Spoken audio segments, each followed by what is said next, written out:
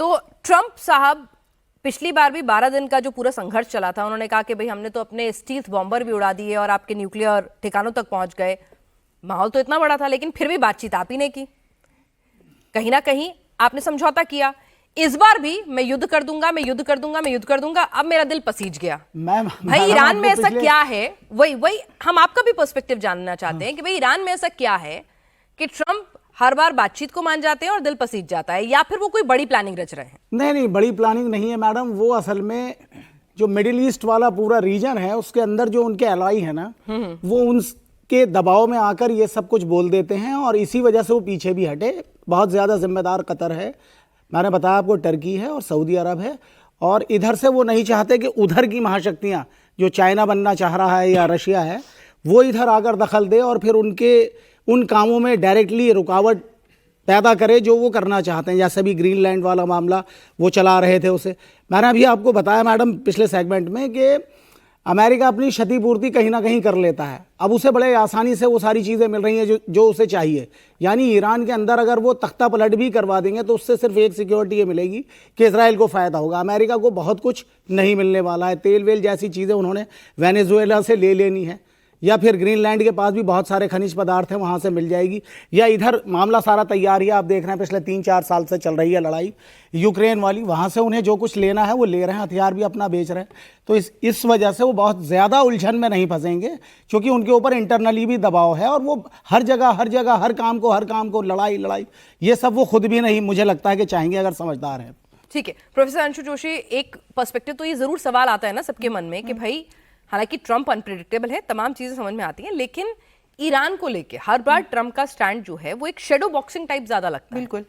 और ये shadow boxing की मजबूरी, इसके पीछे की वजह आखिर है क्या? अगर खामनेई और ट्रंप के बीच में डील हुई तो कैसे हुई, किसने कराई और क्यों हुई? तो जैसे मैंने कहा, 2 महत्वपूर्ण बिंदु। हम ये ना भूलें कि डोनाल्ड ट्रंप एक बिजनेसमैन है at the end of the day, और हथियारों की मंडी में ईरान के हवाले से जो अमेरिका की स्टेक इन्वॉल्व है, सुन्नी देशों को जो हथियार अमेरिका बेच रहा है, एक तो रीजन नंबर 1।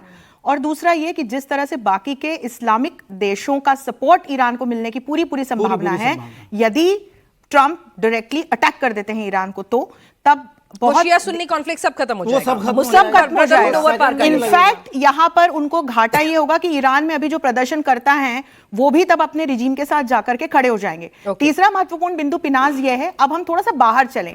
आप देखिए कि जो ग्रीनलैंड के साथ किया, जो वेनेजुएला में किया, रशिया यूक्रेन युद्ध के हवाले से नाटो लगातार कमजोर हो रहा है, यूरोप के साथ अमेरिका की दूरियां बढ़ रही हैं, और ऐसा करके ट्रंप एक और, मुझे ये शब्द यूज नहीं करना चाहिए लेकिन बेवकूफी कर रहे हैं, क्योंकि यूरोप आज तक अमेरिका का सबसे बड़ा अलाई रहा है, विशेषकर नाटो में।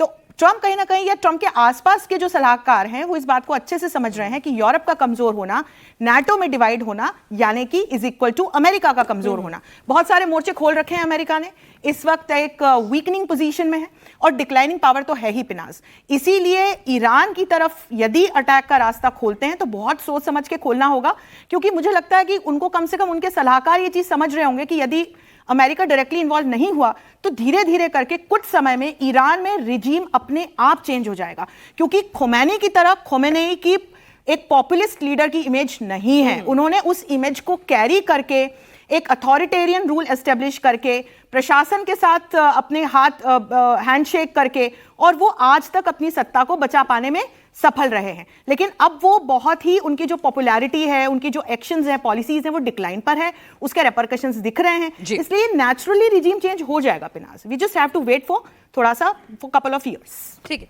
जदी साहब, एक तरफ तो कह रहे हैं कि भाई मेरा दिल पसीज गया, 800 लोगों की लाशें बिछा देते। खामनेई साहब ऐसा सच में करते कि सरेआम सरेरा 800 लोगों को फांसी दे देते? या फिर एक होता है ना कि भाई ना तुम झुको ना हम झुके और बीच का रास्ता भी हो जाए? कुछ कहना चाह रहे हैं सर? ठीक है। हाँ, मैं ये कहना चाह रहा हूँ कि मैडम आयतुल्ला खामनेई साहब का बहुत ही ज्यादा दिल है ना, वो बहुत ही मुलायम है और बहुत ही।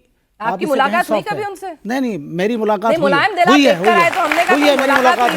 मेरी मुलाकात हुई है, और इब्राहिम रईसी साहब से भी मेरी मुलाकात हुई है, इंडिया में ही हुई है। जी। और ईरानियों से मेरी बहुत अच्छी दोस्ती भी रही है, और मेरे स्टूडेंट भी रहे ईरानी, तो मैं ईरान के मिजाज को बहुत अच्छे तरीके से समझता हूँ।